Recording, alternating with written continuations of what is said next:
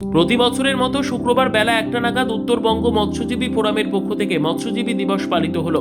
মৎস্যজীবী দিবসে দক্ষিণ দিনাজপুর জেলার বিভিন্ন মৎস্য বাজারের পাশাপাশি মৎস্যজীবী গ্রামে ফোরামের পক্ষ থেকে পতাকা উত্তোলন করা হয়। অমৃতখণ্ড পঞ্চায়েতের দ্বীপগ্রামে, বালুরঘাট ব্লকের যোগমায়া বাজার, পাওয়ার হাউস বাজার, রঘুনাথপুর বাজারে এবং গঙ্গারামপুর ব্লকের পীরপালে, নারায়ণপুর বাজারে ও মহিপালে মোট 7 জায়গায় মৎস্যজীবী দিবস পালিত হলো। উত্তরবঙ্গ মৎস্যজীবী ফোরামের দক্ষিণ দিনাজপুর জেলার কোঅর্ডিনেটর বিশ্বজিৎ বসাক জানিয়েছেন, মৎস্য চাষের জন্য জলাভূমিকে রক্ষা করার পাশাপাশি পরিষ্কার রাখতে হবে।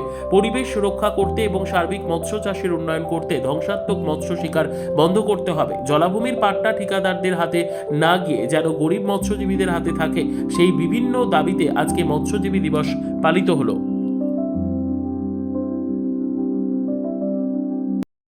মৎস্যজীবী দিবস আমরা উত্তরবঙ্গ মৎস্যজীবী ফোরামের পক্ষ থেকে প্রতি বছরই এই দিবসটা পালন করি।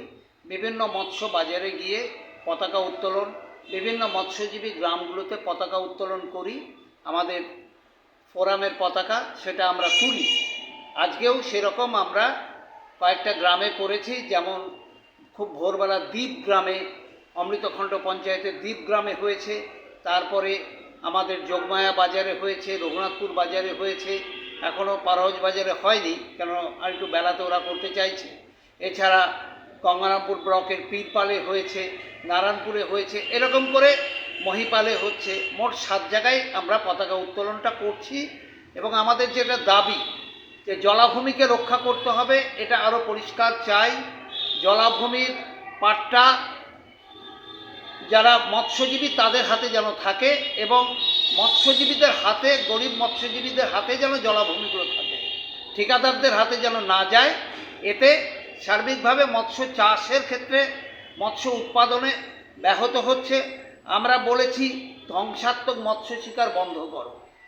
এই ধ্বংসাত্মক মৎস্য শিকারের ফলে খুব ক্ষতি হয়ে যাচ্ছে। এরকম বিভিন্ন দাবি দাওয়া নিয়ে আজকে আমরা বিশ্ব মৎস্যজীবী দিবসটা পালন করলাম। আপনার নাম আর ডেজিগনেশন? আমার নাম বিশ্বজিৎ বসাক, উত্তরবঙ্গ মৎস্যজীবী ফোরামের দক্ষিণ দিনাজপুর জেলা কোঅর্ডিনেটর। ব্যুরো রিপোর্ট, উত্তর বাংলা সংবাদ।